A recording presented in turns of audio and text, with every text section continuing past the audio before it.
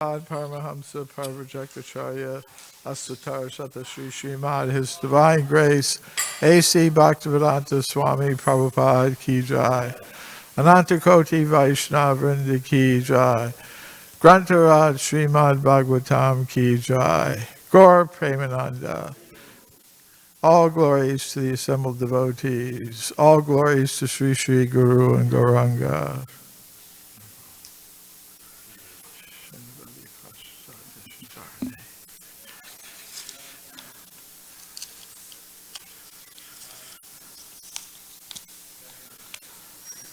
Om Namo Bhagavate Vasudevaya.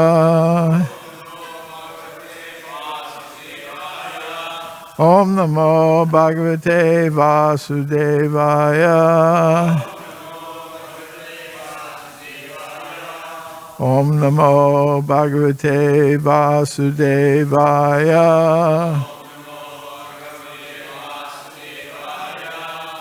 Srimad Bhagavatam, Canto 2, Chapter 9, Answers by Citing the Lord's Version, Text 17.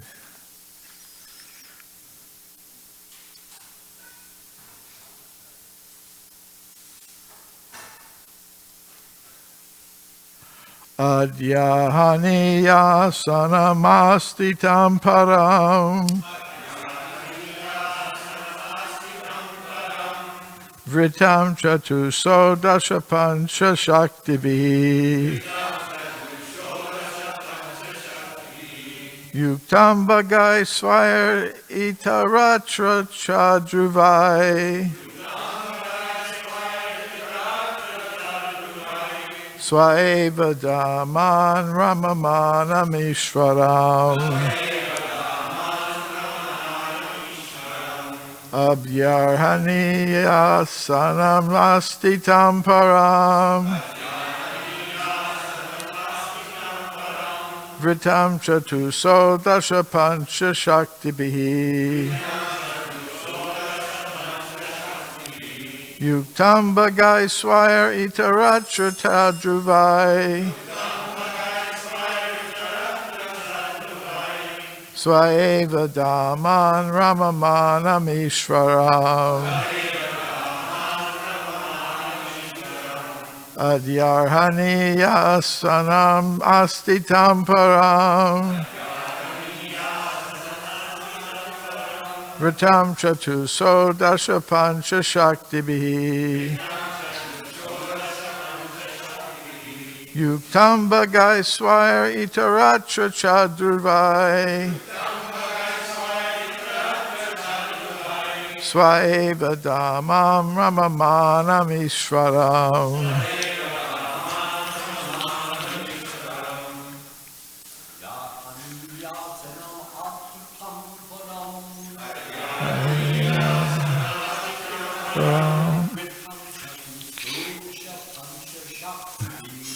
Vitam chabal choda shasancha shakti bi. Yuktam bagai swayar itaratra chadruvai. Swaeva damam ramamanam ishvaram. Adyarhaniya sanamasitam param. Vitam chatuso dasha pancha shaktibi. Yatam bagai swayar itaratra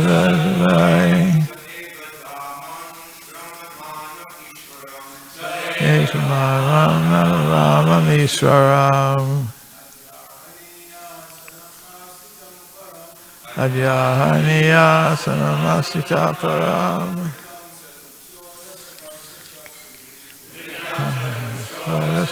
Shakti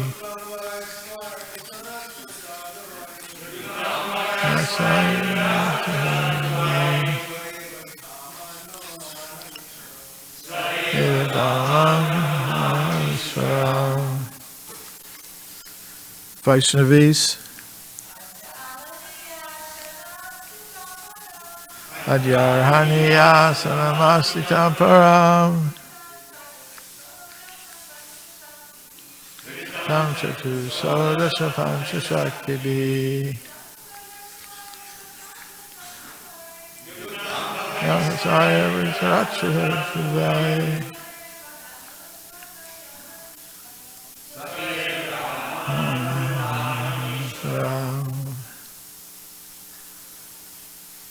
Adyarhaniya, greatly worshipable. Asanam, throne. Astitam, seated on it. Param, the supreme. Vritam, surrounded by. Chatuhu, four. Namely Prakriti, Purusha, Mahat, and Ego. So Dasha, the 16. Pancha, the 5. Shaktibihi, by the energies. Yuktam, empowered with. Bagai, his opulences. Sai, personal. Itaratra, other minor prowesses. Cha, also. Adruvahai, temporary. Sve, own. Eva, certainly. Daman, abode. Ramamanam, enjoying. Ishwaram, the Supreme Lord. Translation and purport by His Divine Grace A.C. Bhaktivedanta Swami Prabhupada. Translation. The Lord was seated on His throne and was surrounded by different energies, namely the 4, the 16, the 5, and He was endowed with His 6 natural opulences, along with other insignificant energies of the temporary character. But He was the factual Supreme Lord, enjoying His own abode. Purport. The Lord is naturally endowed with His 6 opulences. Specifically, He is the richest. He is the most powerful. He is the most famous. He is the most beautiful. He is the greatest in knowledge, and He is the greatest renouncer as well. As for His material creative energies, He is served by the 4, namely the principles of Prakriti, Purusha, Mahatattva, and Ego. He is served by the 16, namely the 5 gross elements, earth, water, air, fire, and sky. The 5 perceptive sense organs, the eyes, ears, nose, tongue, and skin. The 5 working sense organs, the hands, legs, voice, evacuation outlet, and genitals, and the mind. And He is also served by the 5, which includes the sense objects, namely form, taste, smell, sound, and touch. All these 25 elements serve the Lord in the material creation, and all of them are personally present in Vaikuntha to serve the Lord there. The insignificant opulences numbering 8, the Ashtasiddhis attained by yogis for temporary overlordship, are also under His control, but he is naturally full with all such powers without any effort, and therefore he is the Supreme Lord. The living being, by severe penance and performance of bodily exercises, can temporarily attain some wonderful power, but that does not make him the Supreme Lord. The Supreme Lord, by his own potency, is unlimitedly more powerful than any yogi. He is unlimitedly more learned than any jnani. He is unlimitedly richer than any wealthy person. He is ultimately more beautiful than any beautiful living being, and he is unlimitedly more charitable than any philanthropist. He is above all. No one is equal to or greater than him, nor can anyone reach his level of perfection in any of the above powers by any amount of penance or yogic demonstrations. The yogis are dependent on his mercy. Out of his immensely charitable disposition, he can award some temporary powers to the yogis because of the yogis hankering after them. But to his unalloyed devotees who do not want anything from the Lord save and accept his transcendental service, the Lord is so pleased that he gives himself in exchange for unalloyed service. Om Jnana Timirandasya Gyananjana Shalakaya Chakshurun Militam Yena Tasmai Shri Gurave Namaha. Shri Krishna Chaitanya Prabhu Nityananda Shri Advaita Gadadhar Shri Vasari Gaur Bhaktivinoda. Hare Krishna, Krishna Krishna, Hare Hare, Hare Rama, Rama Rama, Hare Hare.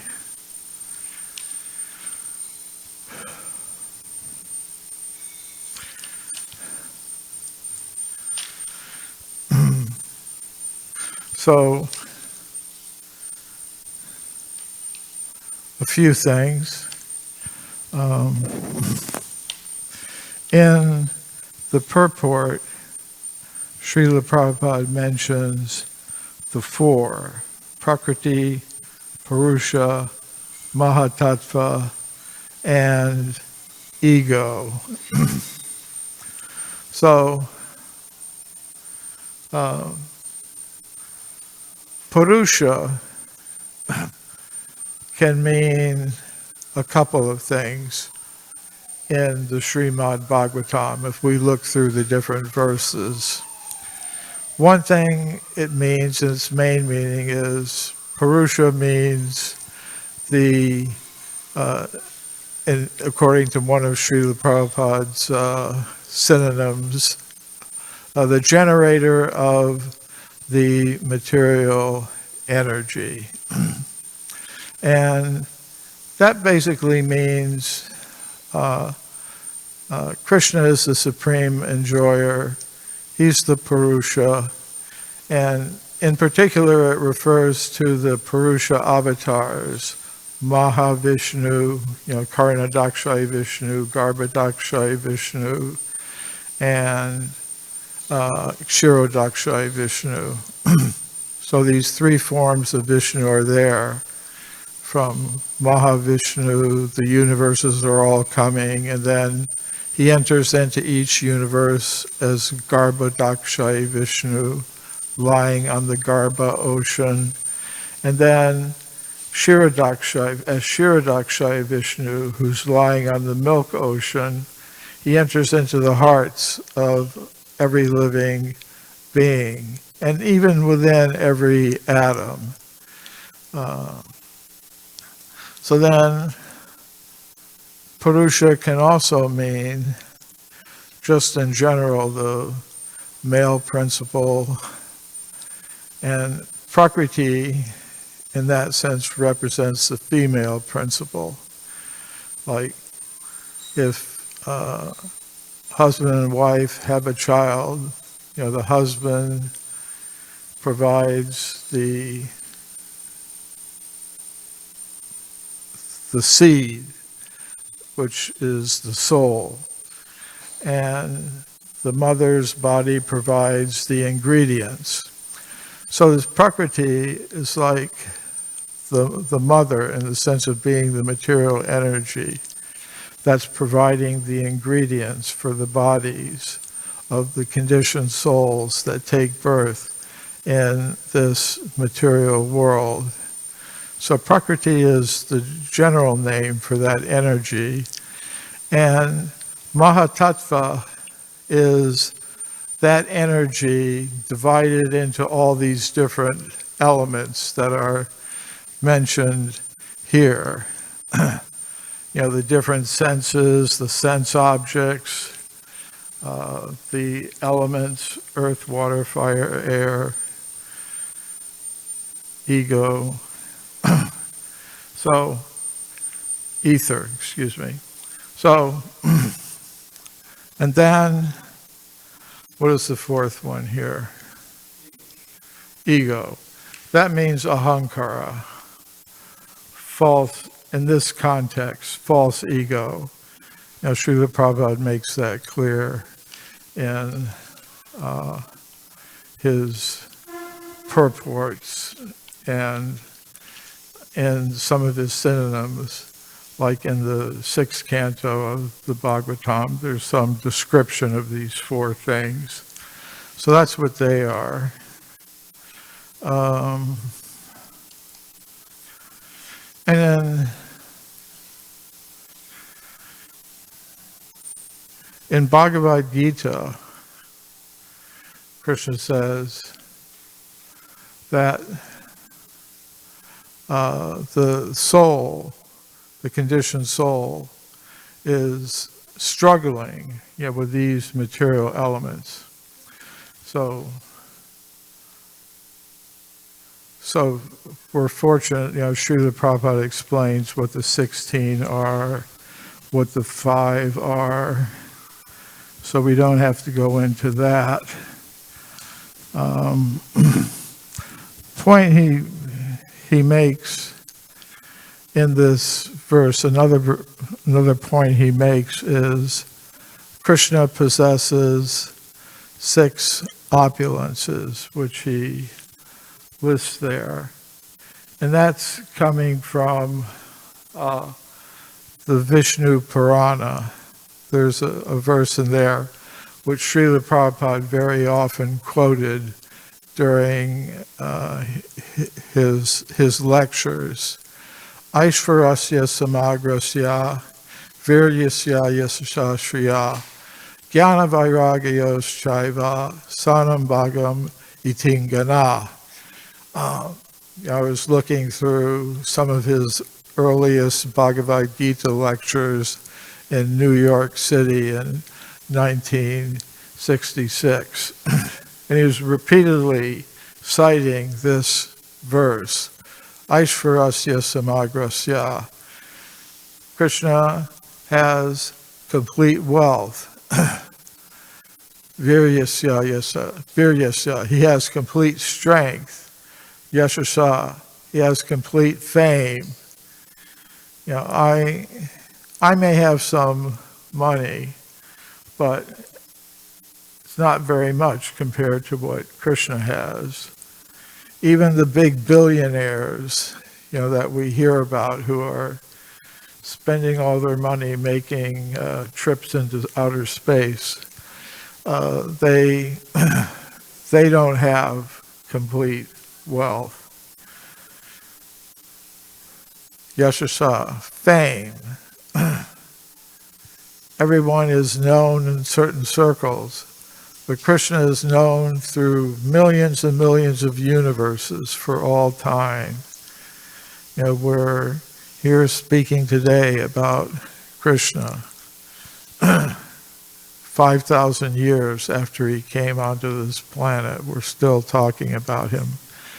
So Yashasashriya, Jnana Vairagyos. So he has complete knowledge. He's the completest renouncer. And Srila Prabhupada mentions here that there's nobody equal to Krishna or greater than Krishna. And that again is referring to a verse. Natasya karyam karanam cha vidyate, natat samas chabdikas chadrishyate, parashya shaktair vividai vashruyate, swabhaviki jnana balakriya cha. So, natasya karyam karanam. There's nobody who can give Krishna a duty or to perform. In other words, nobody can tell Krishna what to do, and he has to do it. Nobody. There's nobody who can do that. In this world, everybody is subject to some other authority.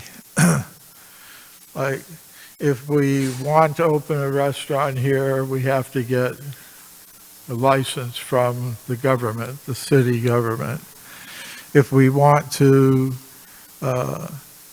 work, we have to do what our employer says. But there's nobody like that for Krishna. There's no one who can tell him what to do, unless he agrees to do it. Unless he decides, yes, this devotee is showing pure love for me and wants to associate with me in a certain type of relationship. Different rasas, dasya ras, servitorship, sakya ras, friendship, vatsalya ras, parental relationship, and madhurya ras, conjugal relationship. So if he agrees to allow a soul to have this pure love, prema, then they can do that. Even order Krishna, like Mother Yashoda, she would tell Krishna what to do, and he would do it. So that, if Krishna agrees to enter into that kind of relationship with a devotee, then there may be someone who can tell him to do something and he'll do it. But there's nobody that can force Krishna to do anything.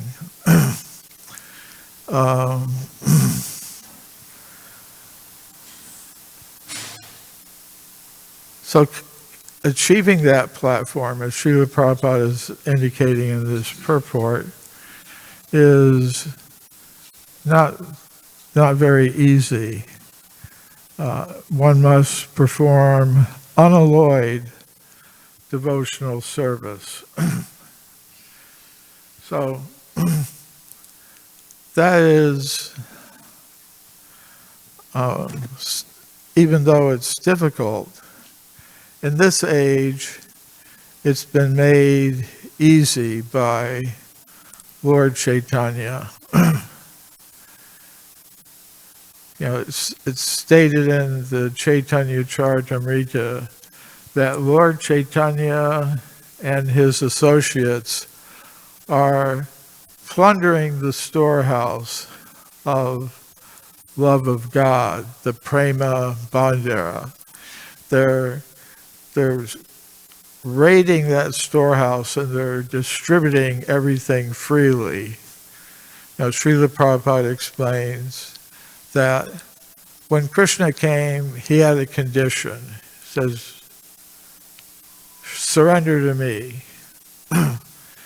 But Lord Chaitanya and his associates didn't make any distinction.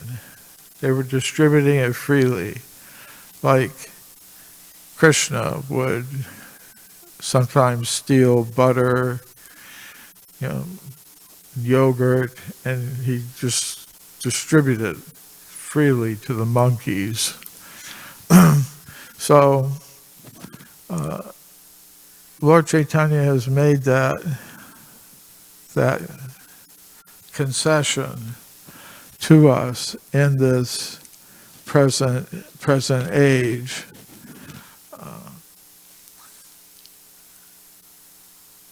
Because Krishna will give himself to the pure devotee. So that's why, in general, such a position is very rarely given. Krishna explains in Sadhavo Hridayamayam that the devotees, the sadhus, they're always in my heart. And he told Narada Muni, Naham tishtam vaikunte, Naham tishtami vaikunte, yogi nam hridayeshu va, tatra tishtami narada, yatra gayanti mad bhakta. He tells Narada Muni, I don't stay in Vaikunta, I don't stay in the heart of the yogi who's meditating. If you want to find me, you'll find me where my devotees are glorifying me. So that's Krishna is purchased by the pure devotional attitude of a devotee. So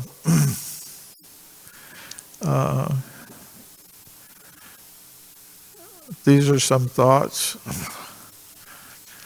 on this purport. Any comments or questions? Yes.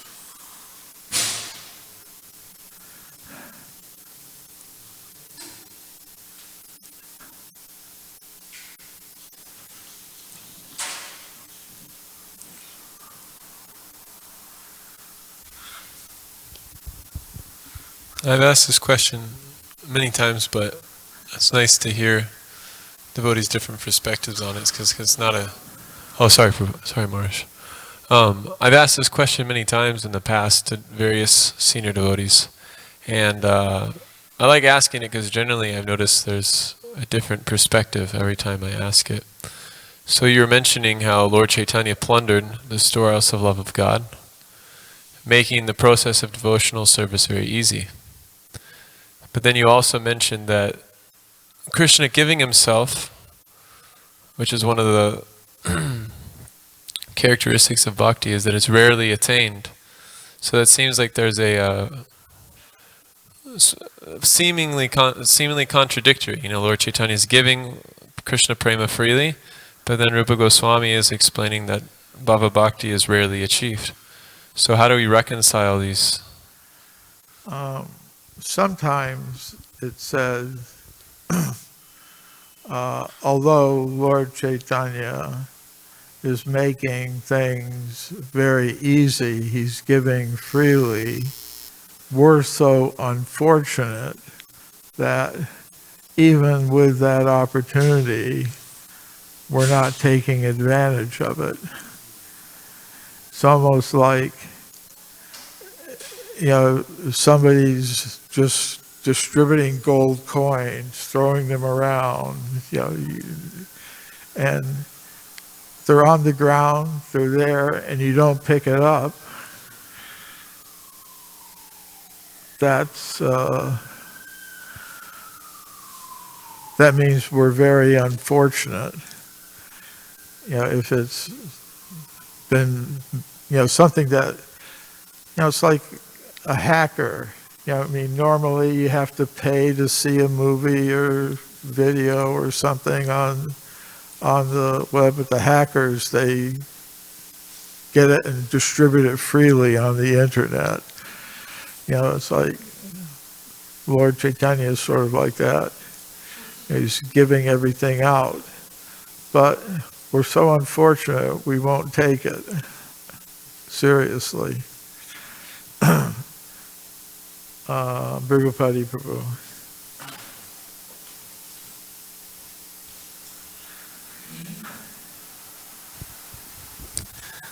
Johnny, thank you, Prabhu, for a nice class.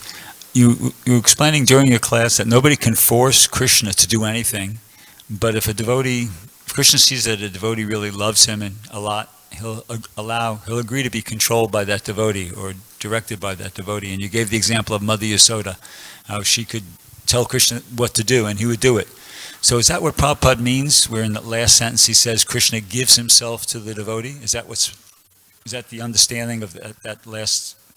Well, that's what I was talking about, that Krishna gives himself to the devotee. But even then, he sometimes does things that let them know what his position is. Like Mother Yashoda. I mean, normally she's thinking, Krishna is my little child, I have to protect him. She chants mantras and anoints him with different substances so he won't get attacked by some jackal or thief or something. But then one time, she thought Krishna had eaten she'd heard from Krishna's cowherd boy friends that he'd eaten dirt. So she wanted to look in his mouth and see, have you eaten dirt? Open your mouth, let me see. And when Krishna opened his mouth, Yashoda saw within, like, the entire universal form. She saw everything. She saw all the universes, Krishna, all the living entities, and she realized her child is that she'd been kind of treating like an ordinary child was actually the Supreme Personality of Godhead. But then, if a devotee is in that mood, of awe and reverence, recognizing the person they're dealing with is the Supreme Personality of Godhead, then the spontaneous feelings of love and devotion that the soul exchanges with Krishna isn't really possible on that level. So Krishna kind of put her back under Yoga Maya, so she kind of forgot and again began behaving like a mother to a child. Thank you, Prabhuji. I was going to, there was a quote, and I don't know if you had done the whole of it or whether it was half of it, but whether you did or didn't, I just want to just say it again. The pure devotee is always within the core of my heart, and I'm always within the heart of the pure devotee. The devotee does not know anything else but me, and I do not know anything else but him. So that was the quote, which means that there's a oneness and a two-ness. There are two, but the two become one as a result of equal love for one another. Krishna is loving the devotee, and the devotee is loving Krishna, and so they come together in love. Now, in regard to the question that you had answered just before, I just wanted to tack on or add on something which is very important, and that is, it's true, Lord Chaitanya, he gives it out, and we give it out also, but many people whom we pass, they just look at us and walk away. They're not receptive. Why aren't they receptive? They're too impure. And because they're too impure, they're too full of lust, anger, greed, envy, and so forth. But those who have some receptivities, they stop. and they often listen. Not only do they listen, but they join us in the chanting. So there's a difference between receptivity and non-receptivity, and that is really the difference. So Lord Chaitanya gave it out, and he gave it out to a lot of persons who were receptive, and they joined him in, and then they chanted like anything, especially in the Ratha Yatra ceremony. And then many turned away. So that's the way it goes. And you can, even when you're doing books, some people will accept easily, and other people will ignore, disregard, and look down upon it and says, I don't think this can help me. Or I'm a Christian, I'm Catholic, I'm a Protestant, this goes against my... There's always some excuse and some answer. So therefore, that's the nature of the material world. Things go for you and things go against you. But who cares? The main thing is Krishna goes for us because we are lovingly serving him, no matter what the external outcome may be. Okay, thank you. Speaking of questions, there's one question I get as I walk around the neighborhood here. And that question that I've gotten repeatedly in the last few days is, when is Govinda's going to open? Srila Prabhupada ki jai. Yeah, it's open, but it's not open for business.